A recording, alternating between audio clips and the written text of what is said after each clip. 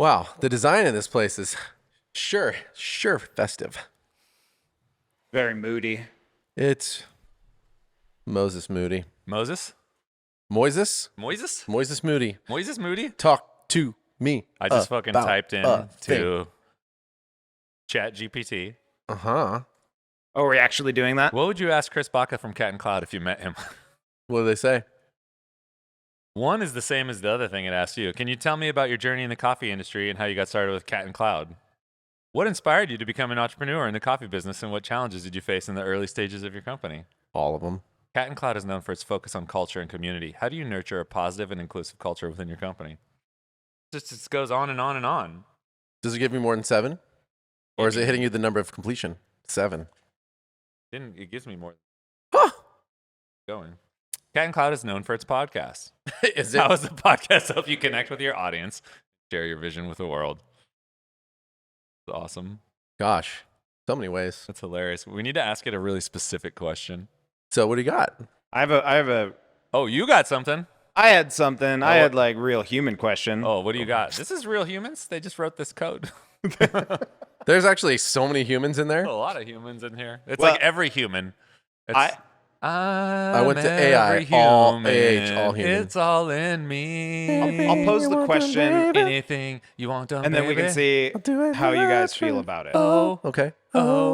oh. Did you hear that harmony? Oh, Oh, that was good. That was good. There he goes. Okay, tell me. Acoustics in here are great.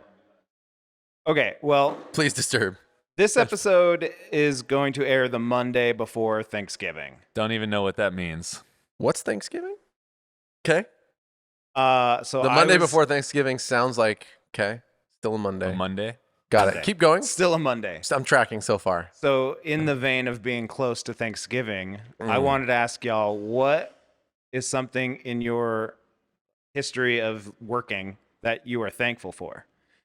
With the guise of how could like new leaders apply that to people who are underneath them It's and a create two-parter. experiences like that? Give me a 2-parter. What are you thankful for, and how can I use that? Who is your daddy and what does he Who's do? my daddy, and what does he? Is he a fireman? That was the idea that I was thinking, but we Thanks. can definitely riff on Chat GPT. Classic Thanksgiving. So, like, the thing I was thinking is there an experience that you're thankful for that shaped, your work ethic? Is there something, a leader who did something that you're thankful for that looking back, you're like, I'm so glad that happened? Nobody ever did. Sting was a anything real for me, hero of dude. mine. You know, the music he made through the years. I don't really listen to it, but the fact that he's Well- making it, I respect that. What's that? Is that also from Office Space? No, dude, that's my friend Hansel. Oh, right. And when He's walking through fields of gold right now, dude. And you walk in fields I'm gonna need to audible mentally, Like, all around. Okay, I have an experience that I look back and I'm grateful for. Is it you right now in this one moment? Every by the day I exit wake sign? up and come to work and I'm like, I'm so grateful for Matthew McConaughey. This I'd and- say it's me, but It's 10 me. years from now. Go on. At my previous job, we went to a trade show every year. And I got to the point where I didn't know why I was going anymore. It was always, I would always go and take these classes that were there where just industry professionals teaching various topics. And it was always difficult for me because I would go to these classes and I would find them very interesting in the moment, but go home and come back to the work I'm doing and go, none of that stuff I learned applies here. Or like, that's great. That was an ideal world. I can't use any of that right now because I just got to get this stupid edit out. Stupid edit. Stupid son of a bitch. Freaking Fucking Fast forward motherfucking to- edit. I went to that like for maybe 10 years. Fucking And then 10 stupid edits later. Stupid and years. one edit a year. It's freaking stupid. Go on. I was in one of these classes and Choose.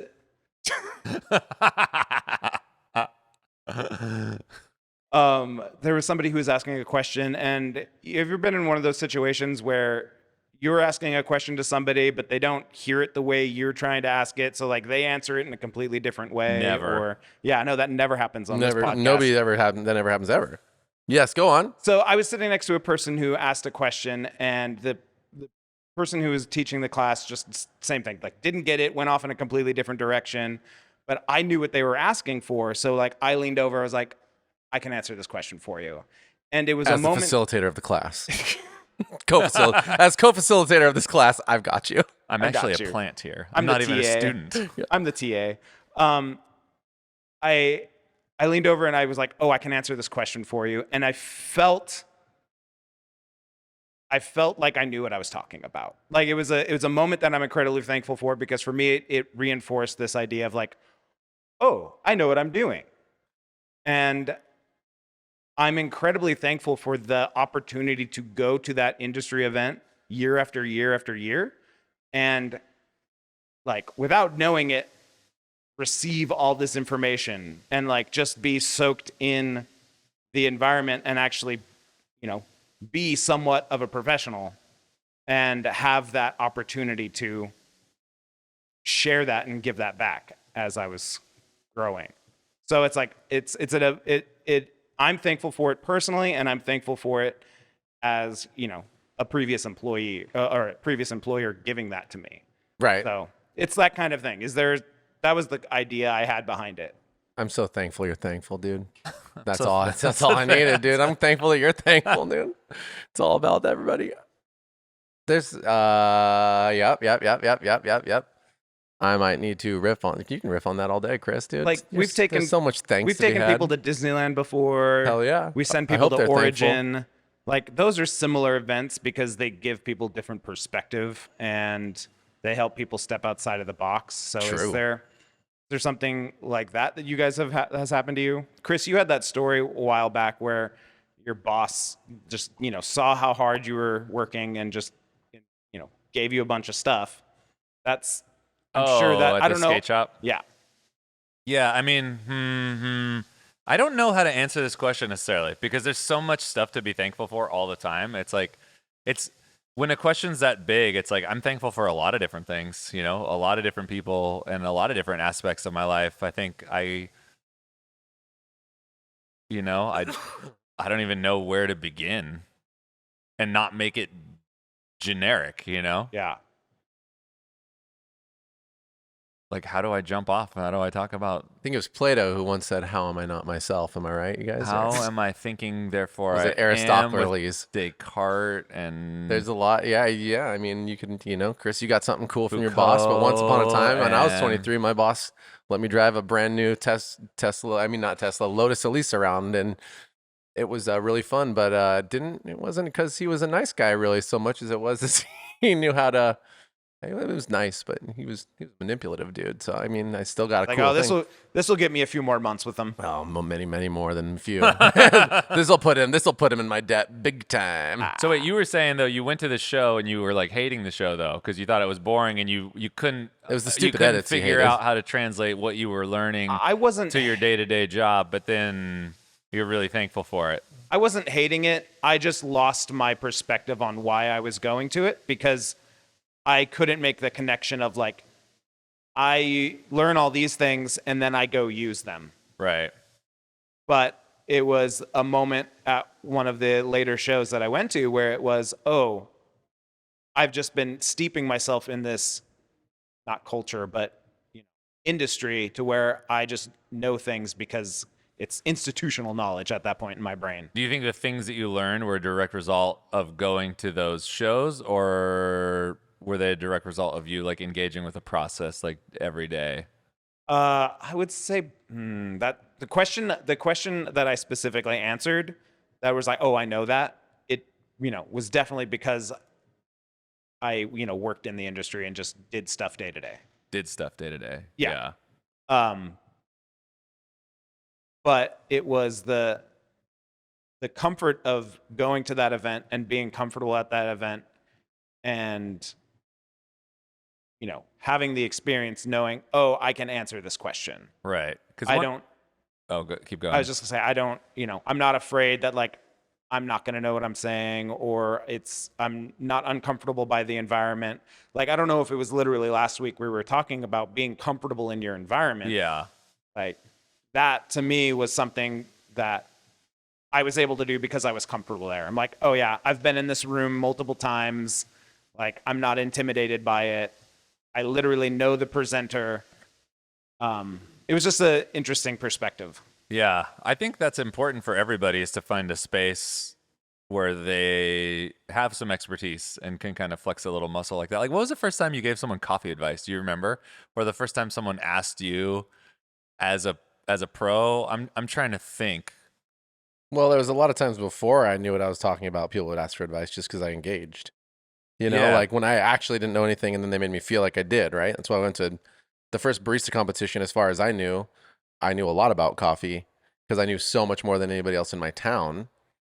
You know, so people were asking me things about whatever Grand Cru coffees and a pound of coffee per plant. That's insane. You know, like so people ask me that a lot, Yeah. even back in my really early coffee days, and it makes you get a return, on your engagement every single time. You know, so for me, there's opportunity always. I think maybe I'm like lucky in that perspective that I got people who would ask me questions or that I engaged in that way. Cause maybe, what I feel like I'm hearing from you, Wiser, is I went to this place, but I didn't really recognize all the things I was learning until I'd been there for a while. And then you're like, oh, actually, I know a shit ton.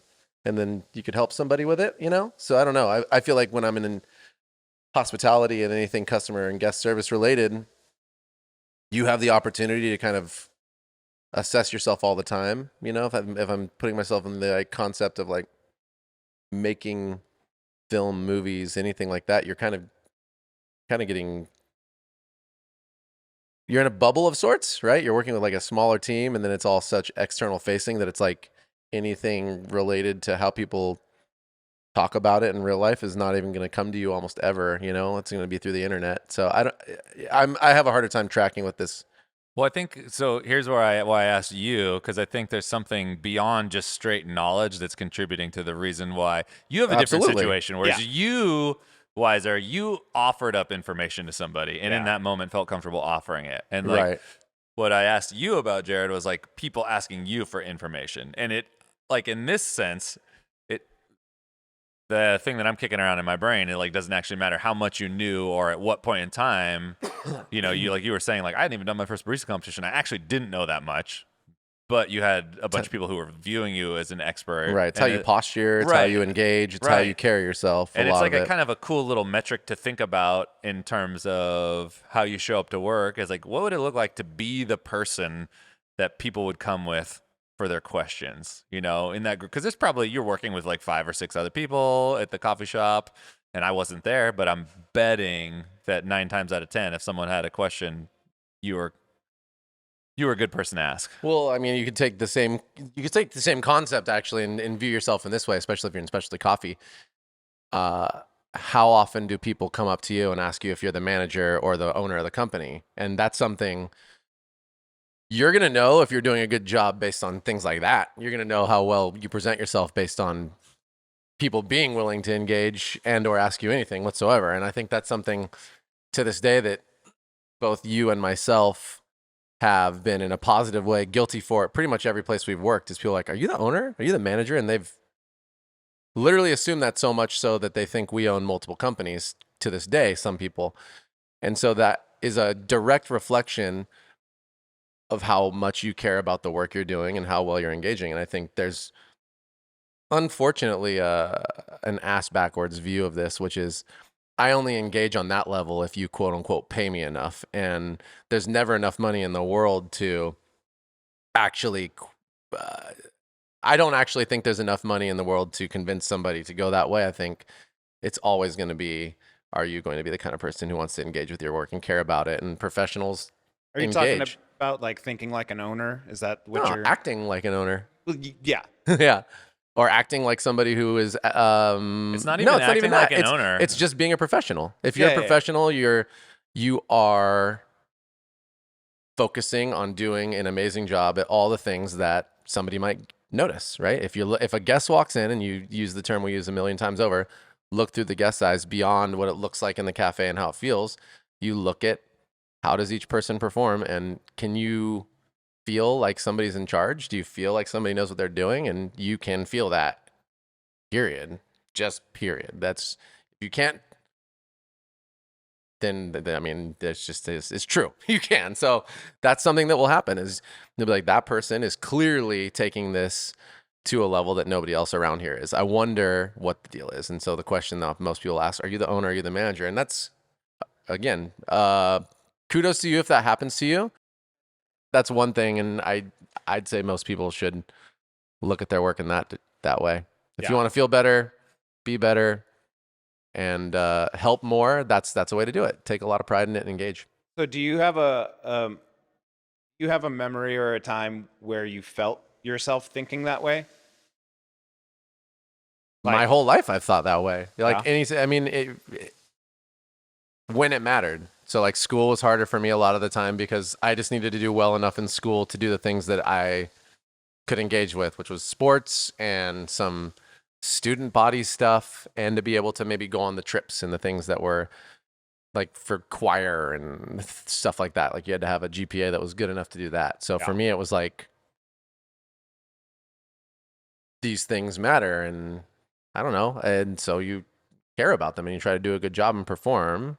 I know that there's an argument, right? So that you could do really well in school and that would count as work in the same way as work. But for me, that didn't really line up because I didn't have a good through line with school. So it's not the best example. I couldn't really see my outcome and where I was going with school. But when I got to work, it was the same thing. Like there's a direct correlation between some form of return and your engagement. And that wasn't just monetary. It was opportunity related.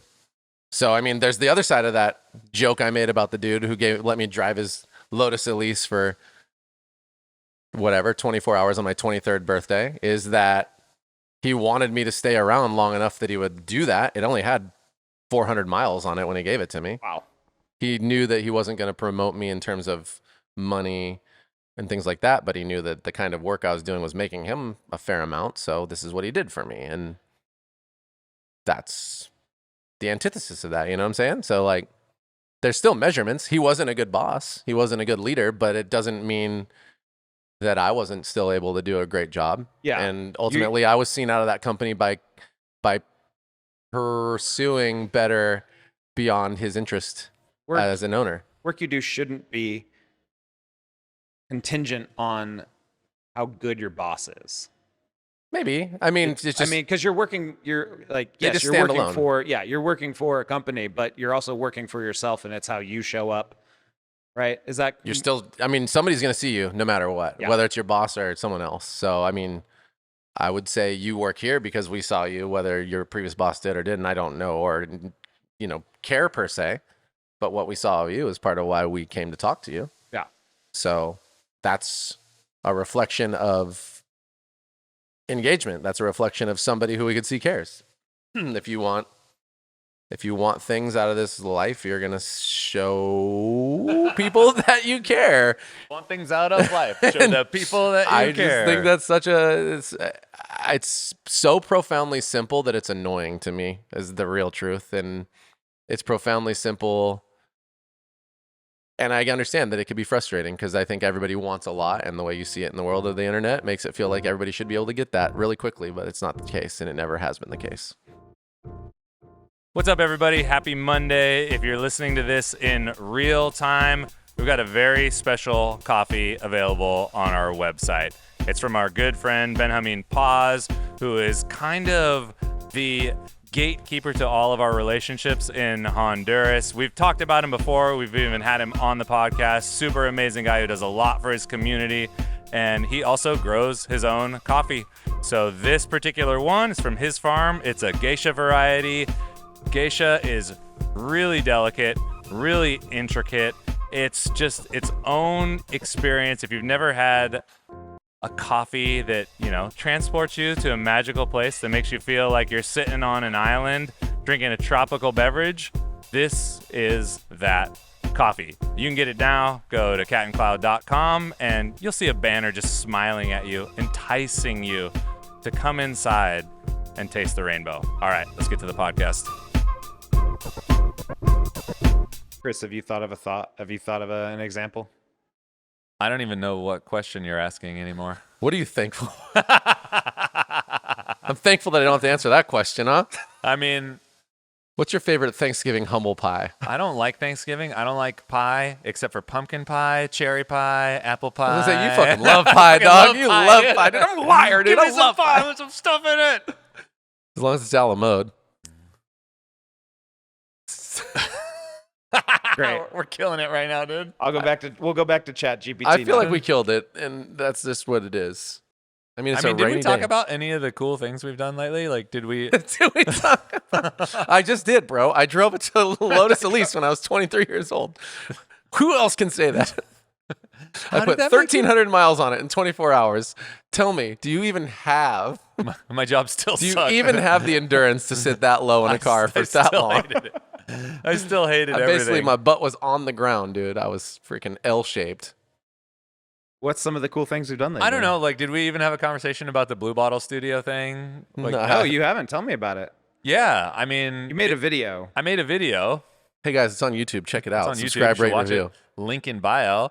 I mean, I've talked about it with so many people so many times that I don't know if we've it's ever a talked about it here. But for everybody listening, Blue Bottle is doing this studio experience, which is basically a multi-course coffee tasting menu, probably the closest thing to a Michelin star style experience in specialty coffee.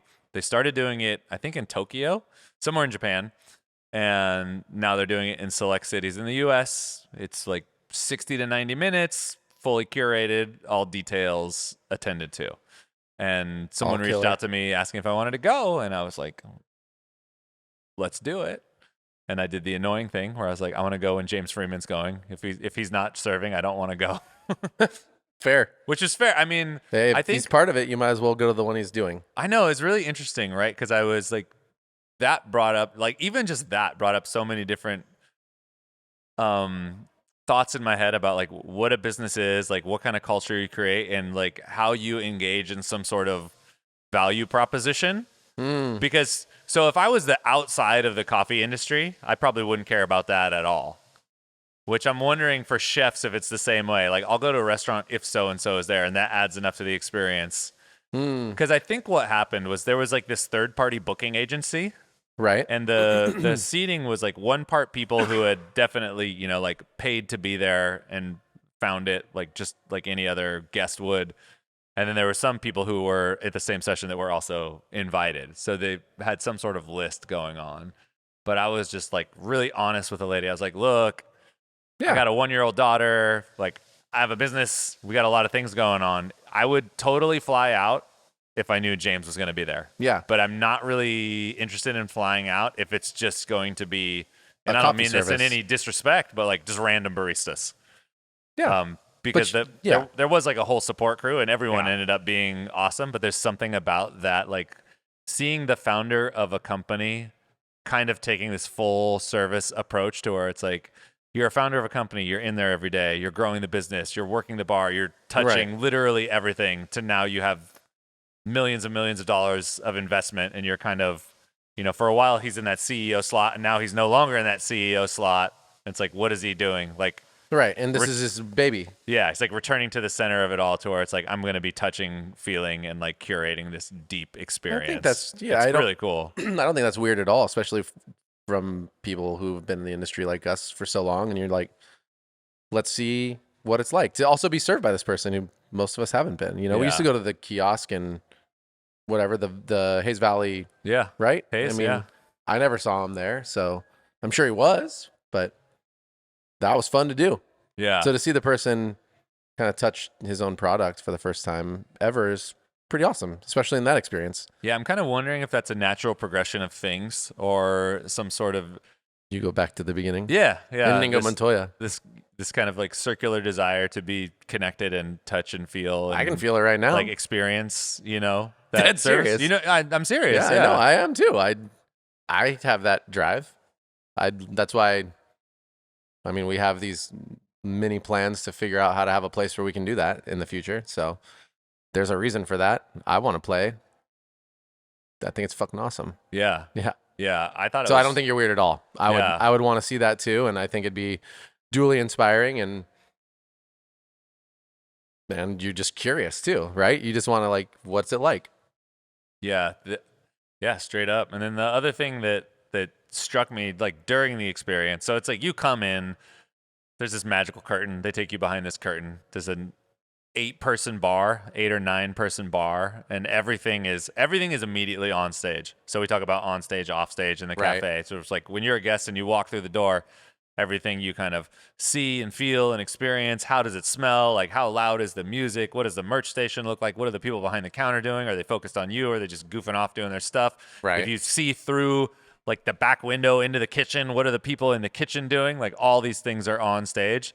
So they have a very, there's nothing that's off stage there. It's also super minimalistic, which I really liked. I think that was a smart move. There wasn't a ton to manage. Right. In terms No of distraction. Yeah. So Yeah. there's basically a record player, a little amplifier, 2 big speakers, and then there's only there's like a water station that's like built in, and everything that they're using for service is kind of like tucked underneath the counter and being brought out from the back, like as it's becoming available, which is really cool because it's kind of this relaxing feeling where it's not chaotic at all. It's just like completely just settle into the moment. Yeah, you just settle into the moment. And do they turn on the music when you get there? Is it like one of those things where it's like, all right, we're gonna go, and the music's already playing like as you walk in, and then it's curated records for certain courses and certain times. So he's switching the record like in real time. Fuck yeah. And that's fun. Yeah, it's super fun. I really, really love it. I also, it's interesting because so many people are asking about, is this like real? Like, is this a functional business model? It's like, who cares is really the answer. No. Sure. Yeah, that shouldn't be your question. Like, does it really even matter if it's a business model? I think there's something about being able to do something just because you can. It's like he's got the flexibility and the funds and the network to do something like this. And if it doesn't make total financial sense, that's fine. Yeah, totally. You know what I mean? Yeah, and I actually think there's always, I think he's smart enough and to know that there is some form of sense to be made of something, even if it's not like in the paper in that moment. There's still what's the value of creating the cultural an experience like that, marketing for value. your brand. Exactly. Yeah, and all of those things are immeasurable, except for they're not, in my opinion. I don't think they are. I mean, we're talking about it here, and that's a start. Like that counts for something. Yeah, I was super inspired by the whole thing. Yeah, and it made me want to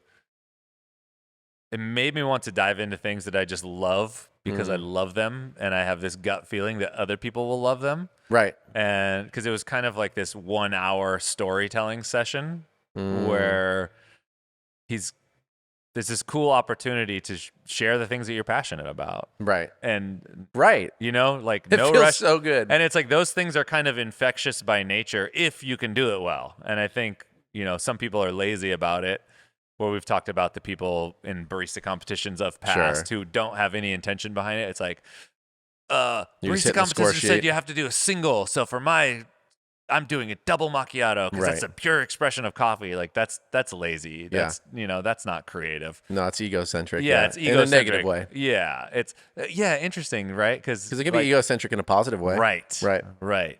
Yeah, this marriage of doing it because you love it, because it speaks to you, and then finding the others that it also speaks to. Yeah, there's a lot of power in resonance. You're expressing yourself, but because of that, all these other people are better off for it. And that was kind of like a feeling that I got from it. I also got the feeling of, man, it's clear that it took a long time to set this up and a long time to just create the experience. It's not like, oh, cool, we're going to whip this up in a couple months and figure it out. Like, I'm sure it was pretty seamless in terms of, okay, cool, people are bringing out certain brewing devices at every time. People are really brewing in tandem. People are, and he's not directing traffic. Yeah, they've practiced. On stage, they've practiced. How long do you Scripted. think it would take of practice and like curation and...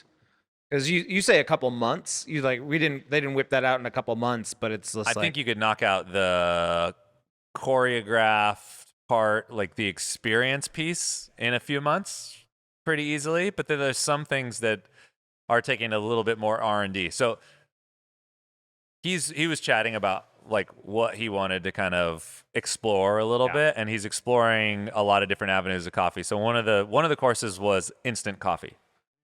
So they have access because, they're owned by Nestle. They have access to all of that instant coffee equipment. So they basically were able to take home essentially a small instant coffee machine. Yeah. Right. I don't know how you put it. It's, to be able to experiment with different processes and coffees to how do you make instant coffee taste as crystal clear and balanced and amazing as possible. So that, I'm sure that process is just, a good solid month at least of R&D and like finding the right coffee you want to do it with, tinkering with the process to help it not have that funky weird aftertaste that kind of like all instant coffee has, and like figuring out the optimum brew level. It's like all these little things, like, every course has some kind of little quirks like that. And some of them are more straightforward than others, but that takes time. all that shit takes time. If you were to want to do something like that, how much time would you give yourself? It depends on what I wanted to do. Yeah. Because like do something like that isn't even. It's not feasible unless you have all those resources to do Right. something like. And that's what makes that so cool. So it's like, is it even something you give yourself a deadline on, or you just go, I want to curate this thing, and I'm not gonna. I think you'd give yourself a deadline on it, but you would kind of plan it out, and you have estimates on how long each phase is going to take. I would approach it like a bigger version of a barista competition, where I'm like, okay, the competition's in X month. I'm here now. What do I need? Okay, cool. Like I have an idea for a story. I need to curate some coffee selection. Those things are kind of interrelated. Then I need to figure out, like, I'm going to allocate, however many weeks to dialing in the roast of that coffee to where it's, like brewing and extracting how I want it to. Then I'm starting to piece together all the other things and like curate the thing. Then you have like, okay, cool. I'm going to take 2 weeks just shopping for small wares because that's a thing. There's all those little tiny things. Like it was cool. They had that little. It was almost like they had at Atelier Cran. There's a little gold bar that sits on the table. Yeah, keeps this. They were putting silverware on it, but they would put like the new Blue Bottle was putting the new version of the menu. It was at on like it the each right time. angle, so you could read it Yeah, sitting it's just comfortably. got a little tilt on it, and you could pick it up. You could get your fingers underneath it instead of like. It's all those things that are easy to take for granted. It's like someone has to source all of those things. Like every vessel in the whole experience, nothing was off the shelf. It was all this just super obscure, weird Japanese shit that someone had to spend talking about a bunch of time digging. The brooms and the like little brushes they were using, right? Yeah, his counter brush was made by this little shop in Japan who does like hand laid brooms. Like every strip of straw or whatever it is in there is like hand laid and twisted up, and that's his counter brush. It's like every little thing is completely intentional. Well, and I think it's double intentional, right? Because it's also intentional to I'm assuming and believe, his experience, right? So like, if Blue Bottle wasn't in Tokyo, so shouldn't they most likely have a lot of those? Like if it started in Tokyo, most likely they found some things that were influenced by that experience too, and brought it over here. All that stuff's awesome. Like it sounds like you create a script, you make it deeply personal, and you think, which I think you can mention how he spoke of it, but like what it's going to be like to put on the show and the show that you want to put on. And when you're at his level, and I think the level that we like to think we're working towards, you're looking at what are people going to resonate with at the level of experience you're going to deliver. So if you're going to deliver to 8 people at a time, however many times, you're not necessarily looking to create an experience for everybody in the world. You're going to look for the best fit for both right? And that's different than a business model of delivery in your cafe, which they are also doing a great job of at a completely different way. Makes me think of what you just posted on your story from your blog. How perfect. Last night. What is the concept of fads versus? It was the idea of like being on trend versus being on brand. And on trend meaning, you're basically just chasing whatever is popular at the moment. Right. And it can be fun to dabble in things when they're popular because there's some sort of cultural glue that happens when people are doing a thing together. But when that's all you have, you're never going to be able to lead. You're always going to be one step behind. And you're basically, you're like a slave to whatever's popping at the time. Whereas being on brand means being really clear about your promise and then making sure that every step of the way I am delivering that promise. However you have that promise structured, So for us, it's in this context of mission, vision, and values. But, you can structure a promise a million different ways. So when you are on brand and you have this solid rock to fall back on, to where it's like, this is what I do well. And I think James has that, like you're saying with his inspiration. It's like, even since way, way, way back in the day, he's always been influenced by things that are happening in Japan. Yeah. You can see it, like it's got like siphon brewers. Yeah, it's got like decades of history there. It's something that he is really passionate about. And when he's looking to express himself, as all artists are, he's like, cool, this is my perfect version of, this is what's touching my heart and soul right now. Right. And like figuring out a way to connect that with people who, like you're saying, are ready to accept that thing. So once you have that solid ground, then you can also dabble with pop culture as you see fit. Oh, there's something happening. Cool. I'm going to play in that sandbox a little bit. I'm going to play in this sandbox a little bit over here. Right. But then you can pull back out, come back to center, and you're like, cool. I'm good. You're not looking for external, somebody outside of yourself to define who you are. So I think that's a really powerful piece of that experience, to where he wasn't trying to make it a simply over-the-top fancy coffee experience. Exactly. Because things that would in become that kitschy in some way. You'd know. Yeah, You'd exactly. Feel it. Yeah, it felt very authentic, and that authenticity, to me, it speaks. I went away feeling, okay, they say it's about an hour to 90 minutes. This was close to an hour.